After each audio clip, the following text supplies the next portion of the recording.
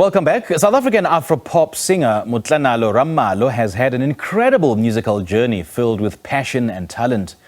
From a very young age, she showed a deep love for music and performing, captivating audiences with a powerful voice and magnetic stage presence. Her unique blend of traditional African rhythms and contemporary pop sensibilities has earned her a dedicated fan base and critical acclaim. Her debut album, released back in 2010, was a breakout success, and she's currently working on her new music. The singer joins us now in studio to tell us more. Motlanalo, good morning. Thank you so much for joining us. Welcome. Yes, thank you. Great stuff, great stuff. So, how did your musical journey shape the artist that you are today? You know what, it has been a very great journey for me, and I'll say that it was made possible by God and also the supporters of Nalo Nation. So I think it has shaped on how I do things also as a person. When I release music, it's somewhat my experiences and stories from what relates to other people. Yeah. What kind of music do you create?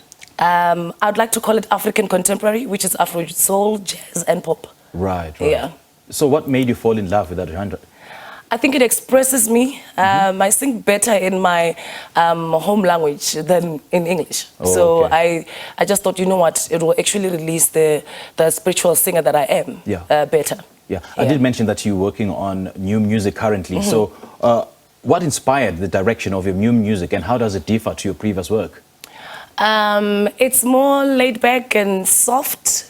So I did, in the album that's about to come, 20% traditional, and then I did 80% like your Afro soul, more into the love zone. Yes. Any interesting features that you want to share with us on this upcoming album? Yeah, it's about love, and it talks about my journey as well, and it's something that I want to branch out with for now. So leading from my first album to second to this one, I think I have really improved much, and even with my producer, you know, we've really improved in terms of music quality going further. So like that. When you gave a brief to your producers, to your team of producers working on this particular project, so what is it that you told them and juxtapose or compare that to what you had in mind?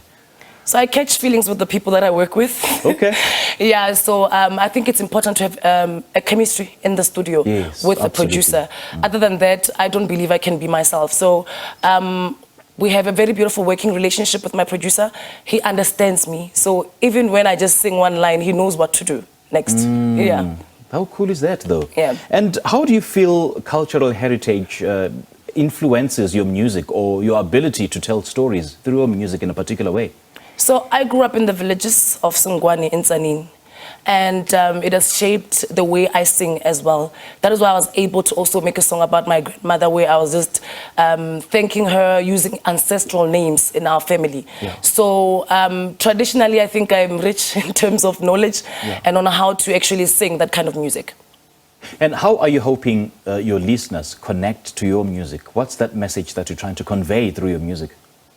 Be yourself. That's it. Okay. Yeah.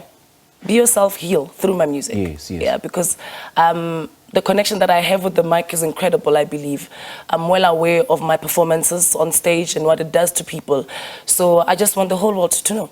So who is your music aimed at? Who is it created for? And who is that person that will strike a certain resonance with your music? So it's honestly for the mature market, but I find kids also singing along to my songs. Yeah. Let's talk about some of the challenges that you stumbled across along the way as you pursue your musical career. There are so many vultures in the industry. So I try as much to avoid them, you know, because people will use you and use your brand to do certain things. So I don't really succumb to that. I know well what I bring to the table.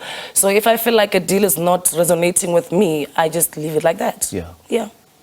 And then your creative process, what does it entail? I mean, you did mention that you have a strong chemistry with your producers. So what's the creative process like? Honestly, I do not write my music. I cannot write physically on a paper or whatever. What I do is I can go into the studio and say, I want to talk about love, and then just create something from there. And then maybe that one line is going to give birth to the next chorus and whatever. So that's how I work in the studio. I go in and a beat must be started from scratch when I'm there. I cannot sing to somebody that's something that's already been done. I see. Yeah. I see. So do you have to be in a particular state of mind for you to come up with something, or it just happens instantly? I think I just zone out. The studio is my safe space. So whether I was angry at my family or not, if I feel like I want to praise them in a song, I'm going to do that. So I zone out. I block everything out. Yeah. Yeah. All right. Lovely chatting to you. Thank you so certainly much. wait to hear your music. Yeah. Great stuff. Thank you so much. That was award-winning Afro-pop singer Motlanalo talking to us about her musical journey and the new music that she's planning to release for her music lovers. So make sure that you tune in to the show to hear more music from her.